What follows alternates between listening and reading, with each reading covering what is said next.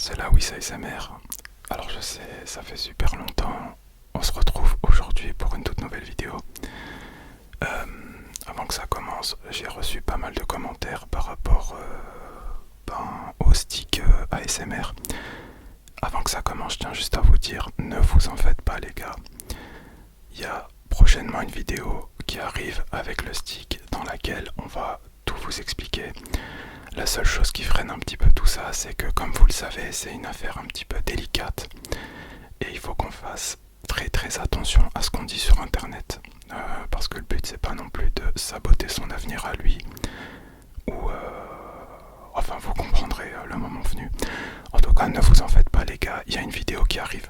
Voilà, maintenant que ce sujet il est clos, on va passer au sujet du jour les gars. Pourquoi les Français s'appauvrissent? Alors ça vous aura pas échappé les gars que ces dernières années il y a un énorme problème de pouvoir d'achat en France. C'est-à-dire que les gens n'arrivent plus du tout à faire face. Et au fil des dernières années, il y a énormément de raisons qui ont été avancées. Alors, parmi les raisons qui ont été avancées, il y a notamment eu le conflit ukrainien. Il y a eu également ce qui s'est passé avec la maladie dont il ne faut pas dire le nom sur YouTube. Et bien évidemment tout un tas d'autres raisons, l'inflation, etc. Donc les gars, concrètement, qu'est-ce qui s'est passé? Alors les gars, c'est simple. En fait, il faut comprendre une chose, c'est qu'on vit dans un système qui est mondialisé. Qu'est-ce que ça veut dire un système mondialisé les gars? C'est-à-dire que les impacts concrets qu'il y a en France pour les Français ne sont pas toujours le fruit uniquement des politiques françaises. C'est-à-dire qu'il y a ce qu'on appelle un contexte microéconomique. Donc celui-là, il est à notre échelle, donc en France. Et un contexte macroéconomique, c'est-à-dire tout ce qui est en dehors de notre périmètre. Et donc, concernant, on va d'abord faire par étapes, le microéconomique, qu'est-ce qu'on se rend compte? Alors, on se rend compte qu'on a eu un changement de cap politique. Je pense notamment par là qu'avant on était dans des clivages gauche-droite et que soudain un intervenant est arrivé en disant je ne suis ni de gauche ni de droite, je représente un nouveau courant de pensée qui s'appelait donc le néolibéralisme, qui est donc très différent du libéralisme classique.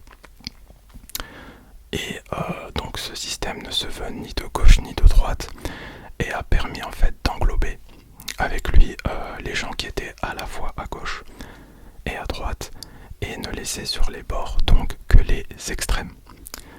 Donc en fait c'était déjà très malin de base parce que si vous n'êtes pas avec eux, vous êtes par définition quelqu'un d'extrême. Donc vous êtes soit d'extrême gauche, soit d'extrême droite et on peut rapidement vous mettre dans des cases pour vous disqualifier. Si vous êtes d'extrême droite, vous êtes un nazi.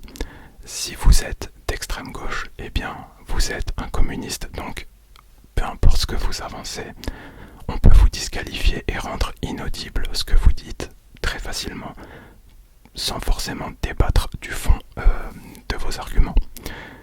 Donc il y a eu ce nouveau monde parce que c'était ça qui était promis en fait. Il y a eu donc un nouveau monde dans lequel on nous dit voilà, ça va être la Startup Nation, ça va être ci, ça va être ça.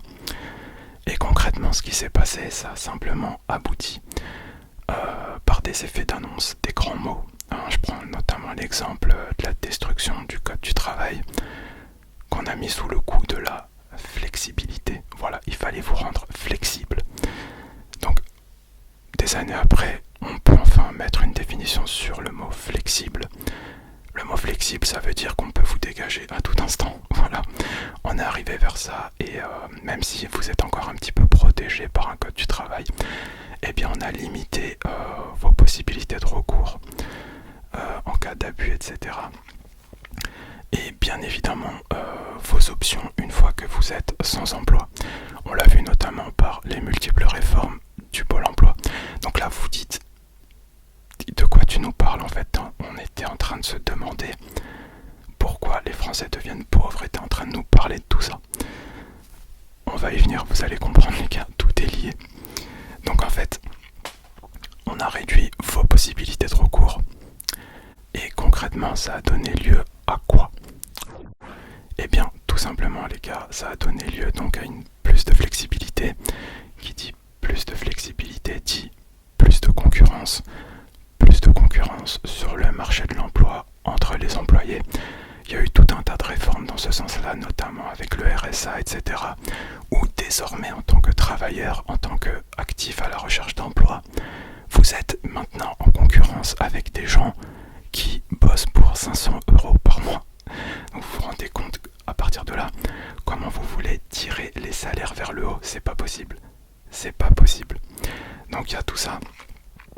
On a réduit le pôle emploi pour que le français moyen, entre deux emplois, soit un petit peu obligé d'accepter tout et n'importe quoi, qui se présente des fois même à des salaires complètement indécents.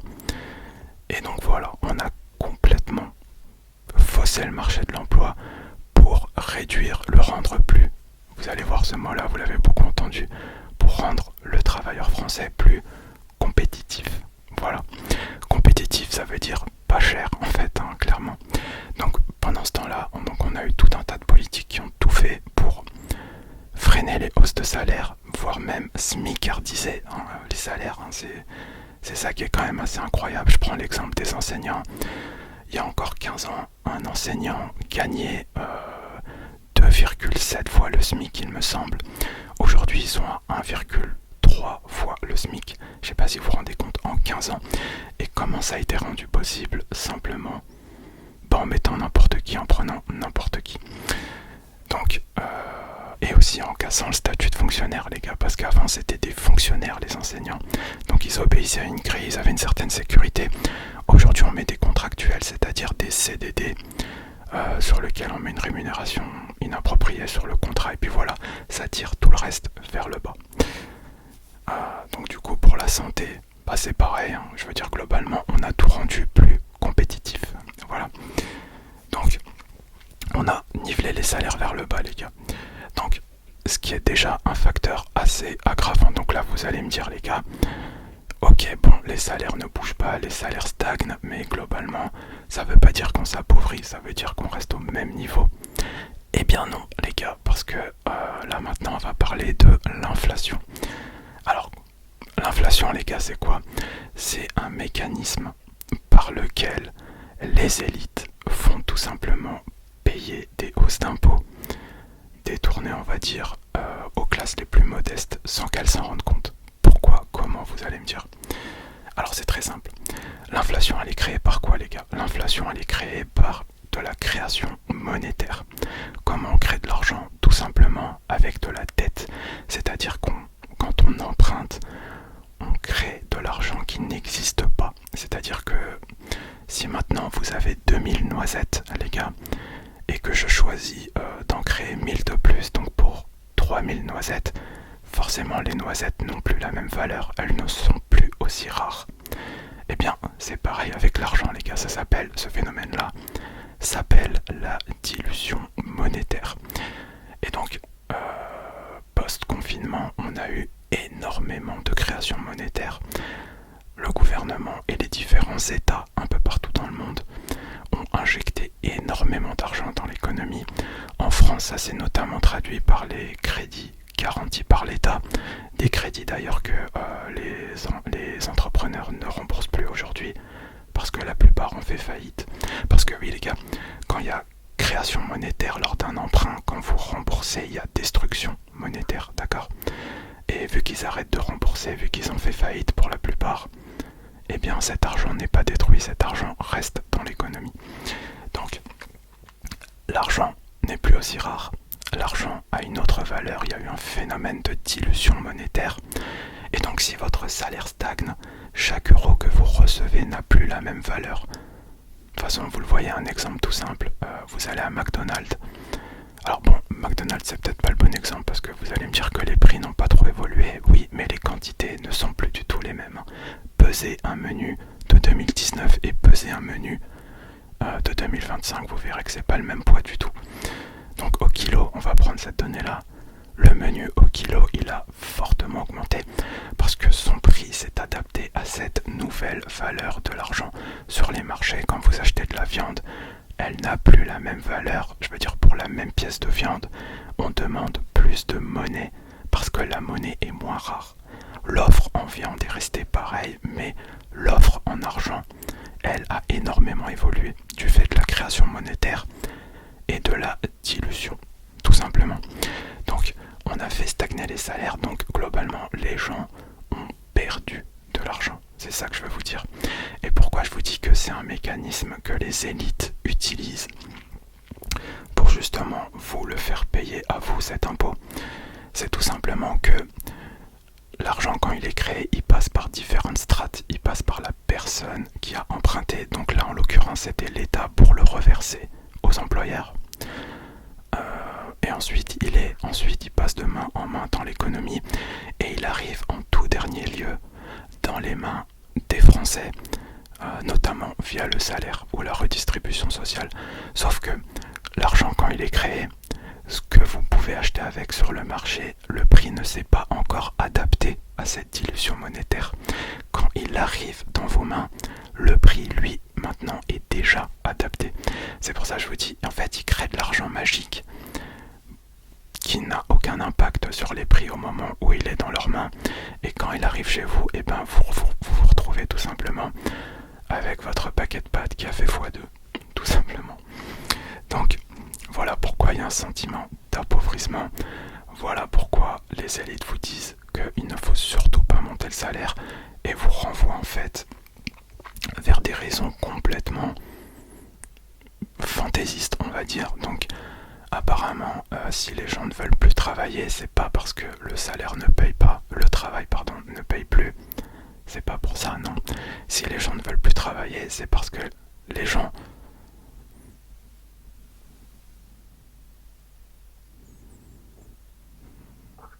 Non, c'est parce que les gens sont devenus feignants, les gens ne veulent plus bosser, c'est parce qu'il y a beaucoup trop d'aides, etc. Alors, les aides, on va en parler également, parce qu'effectivement c'est quelque chose qui revient énormément. Il y a trop d'aides, on est trop généreux, patati patata. Là, je vous explique en quoi c'est un piège, les gars, ce discours-là. Ce discours-là, c'est un énorme piège, parce que pendant des années, pour ne pas que les employeurs aient à monter les salaires, l'État s'est porté volontaire pour augmenter artificiellement les salaires. Comment il s'y est pris ? Vous connaissez la prime d'activité. C'est en gros, quand on travaille, on a le droit, selon certains barèmes de revenus, à un complément de salaire via la CAF. Donc ça permet de monter un petit peu le salaire. Mais les gars, ça c'est financé avec nos cotisations sociales. C'est-à-dire qu'en gros, on s'augmente nous-mêmes avec notre propre argent. Bah oui, on s'augmente nous-mêmes avec notre propre argent. Donc effectivement, c'est un mécanisme un peu, j'ai envie de dire, un piège à idiots. Les gens qui répètent ça à tour de bras, quand ils disent qu'il y a trop d'aides, non, c'est simplement il faut réclamer des hausses de salaire. Faut arrêter de dire on en finit avec les aides. Non, faut réclamer des hausses de salaire, tout simplement. Je vais tenir le téléphone comme ça parce que il est en train de me rendre dingue, le trépied sur lequel j'étais. Donc, on a effectivement cette petite douille de l'État. Et surtout, vous l'avez peut-être également entendu, l'une des grosses critiques qui revient énormément, c'est il y a trop de charges, il y a trop de charges, il y a trop de charges. C'est faux, les gars. C'est faux, il n'y a pas trop de charges, il y a les charges qu'il faut. En fait, et maintenant, les employeurs veulent se désengager de ce qu'ils appellent les charges, qui sont en réalité des cotisations, ce qui serait une énorme erreur, car je vous prends l'exemple d'un maçon. Voilà, un maçon qui va travailler pour une entreprise de BTP toute sa vie. Un instant, je replace juste la caméra. Hop. Donc, on a un maçon qui va travailler pour une entreprise de BTP toute sa vie. Il va y laisser sa santé, il va se faire d'énormes problèmes de dos, etc. au fur et à mesure. Et donc forcément, arrivé à un certain âge, arrivé à la retraite, le mec va être complètement cassé de partout et ça va nécessiter énormément de soins. ce serait à nous, uniquement à nous, donc de financer ça. Le mec a travaillé pendant plus de 40 ans, s'est bousillé la santé pour qu'une entreprise, Vinci, Bouygues, puisse tout simplement continuer à engranger des profits. Et maintenant qu'il est complètement bousillé, ça doit peser sur nous? Non, ça doit peser sur l'employeur également. Donc les employeurs qui disent oui, il faut réduire les charges patronales, etc. Non, vous payez et puis c'est tout. Voilà, arrêtez d'essayer de vous dédouaner. Le mec s'est pas cassé le dos 40 ans pour que moi je puisse partir aux Maldives, ou que mes enfants puissent partir aux Maldives, ou que mes actionnaires de ma vie à moi puissent toucher de l'argent grassement en n'ayant rien fait. Non, faut arrêter avec ça. Et donc, quand on vous met ça dans le débat public, on vous dit on va exonérer les employeurs de cotisation, ces mécanismes-là ne marchent jamais. C'est jamais reversé aux salariés, ça n'arrive jamais dans la poche des salariés. C'est tout le temps capté bien avant. Et donc ils vous disent également, on va également baisser les cotisations salariales. Donc là en fait on se propose de vous augmenter avec votre propre argent. Tout est fait pour ne pas que vous coûtiez plus les gars, quitte à vous proposer de vous augmenter avec votre propre argent. Mais ce que vous allez gagner en cotisation rendue, vous allez le perdre dans une complémentaire privée. Voilà. Donc en fait on vous augmente avec votre propre argent et en plus vous vous retrouvez avec une moins bonne couverture derrière. À voir. Donc voilà les gars, si vous cherchez, donc là j'approfondis pas trop, mais en gros voilà les principales données qui font que les Français s'appauvrissent: dilution monétaire, politique, coût du travail complètement détruit, et aujourd'hui on va également parler de ça, les profits qui sont engrangés par les grandes entreprises sont majoritairement captés donc par l'actionnariat. Et avant, donc je prends l'exemple des années des 30 glorieuses, où effectivement pendant la guerre froide il y avait deux blocs. Il y avait le bloc capitaliste, donc les États-Unis, l'Europe, contre le bloc soviétique, donc l'URSS, etc. Donc c'était deux modèles économiques, et le capitalisme se devait à l'époque d'être séduisant. Donc pour qu'il soit séduisant, on payait bien. C'est-à-dire qu'il y avait un partage sur 1 euro de bénéfice, il y avait un partage qui était de l'ordre de 65% va aux salariés et 35% au capital, donc aux actionnaires. Maintenant qu'il n'y a plus du RSS, maintenant qu'il n'y a plus tout ça, et que globalement on est dans un système, un monde même capitaliste, le capitalisme n'a plus besoin d'être séduisant, et donc on a une répartition inversée. C'est 65% pour l'actionnariat et 35% pour les salariés. Voilà pourquoi vous avez des salaires également qui stagnent, qui payent de moins en moins bien, alors que les grandes entreprises ne se sont jamais aussi bien portées. Tout simplement.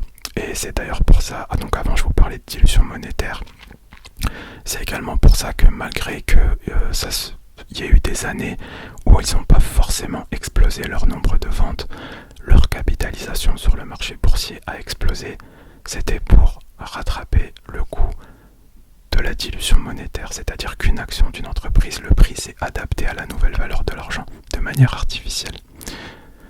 Donc voilà les gars, ne cherchez pas.